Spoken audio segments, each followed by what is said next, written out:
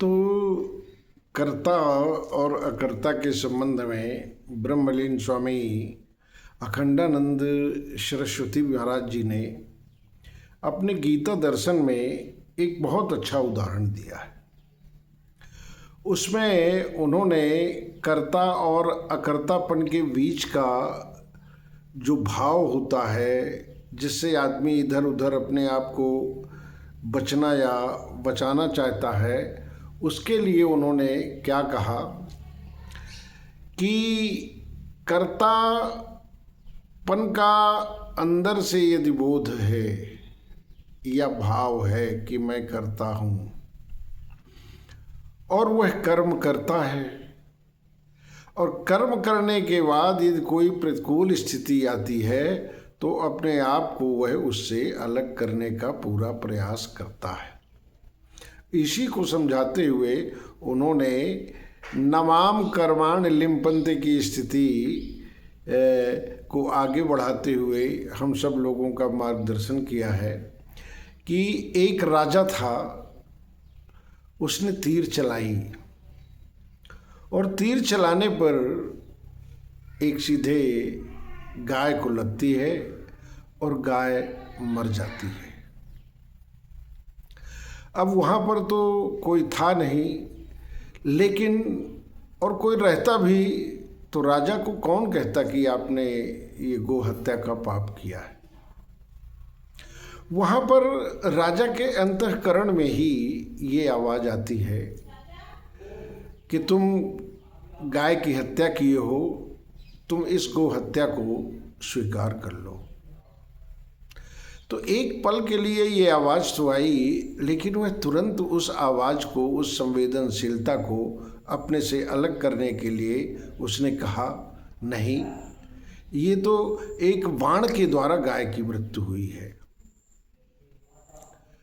अब जब बाण से पूछा गया तो बाण ने कहा, नहीं, ये तो हाथों के द्वारा प्रक्षेपित की गई है, तो इसमें हाथ दोषी है, मैं कहाँ दोषी हूँ।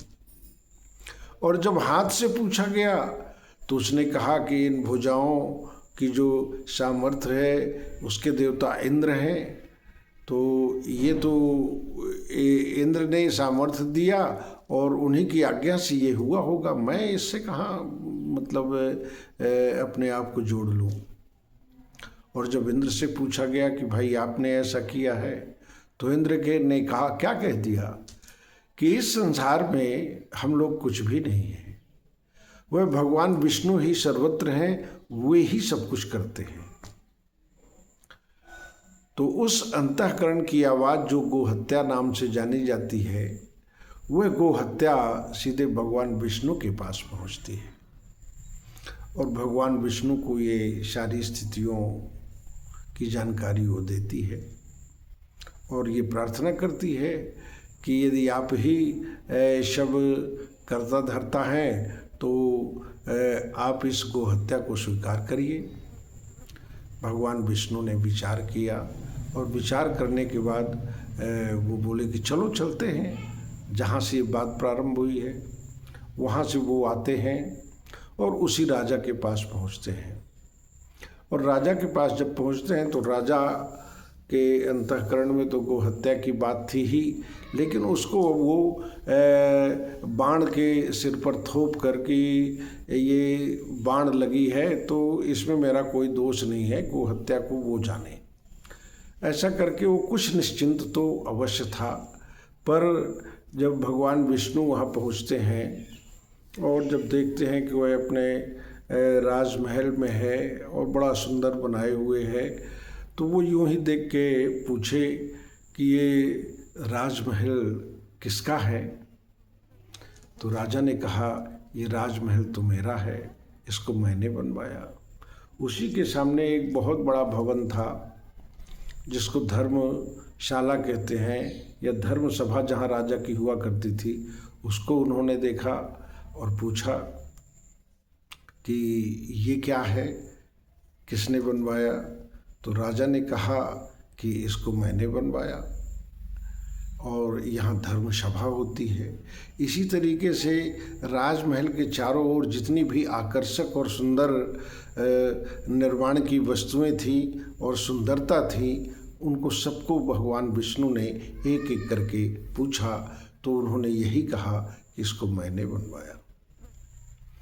तब भगवान मुस्कुराए राजा के पास, बोले, राजन, ये सब तुमने किया है, राजमहल तुमने बनवाया, ये धर्म सभा तुमने बनवाई, ये सुंदर बगीचे तुमने बनवाए, और गाय की हत्या जो है ये मैंने की है।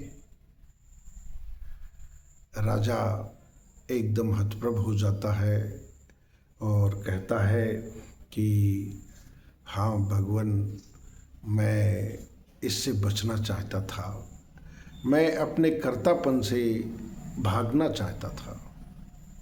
भगवान ने कहा, यदि कहीं भी किसी भी कर्म में कर्तापन का बोध है और उसके अनुकूल सुखों को भोगा जा रहा है,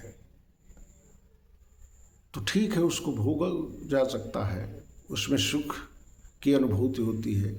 लेकिन जैसे ही प्रतिकूल परिस्थिति आती है तो कर्ता जो है वह अपने कर्तापन से अपने आप को दूर करने का प्रयत्न करता है। यही तो मानवीय भूल है।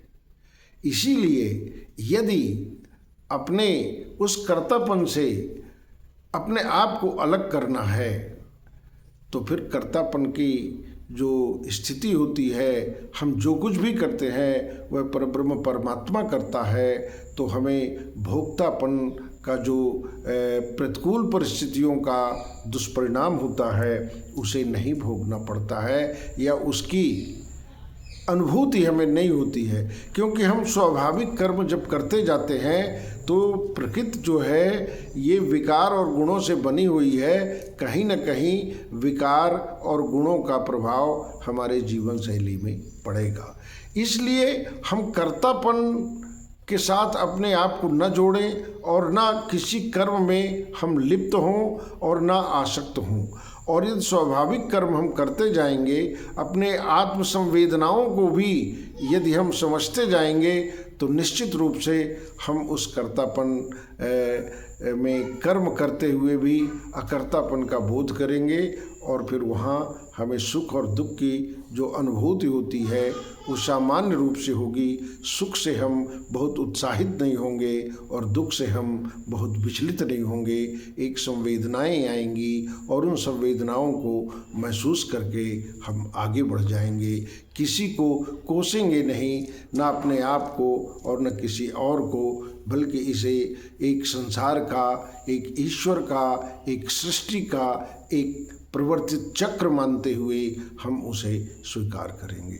तो कर्ता और अकर्तापन के बीच में जो एक पतली रेखा है उसको ब्रह्मलीन स्वामी अखंडानंद सरस्वती जी ने गीता दर्शन में बहुत अच्छा उदाहरण दिया। तो अब बस आज इतना ही। जय योगेश्वर, जय भगवद गीते।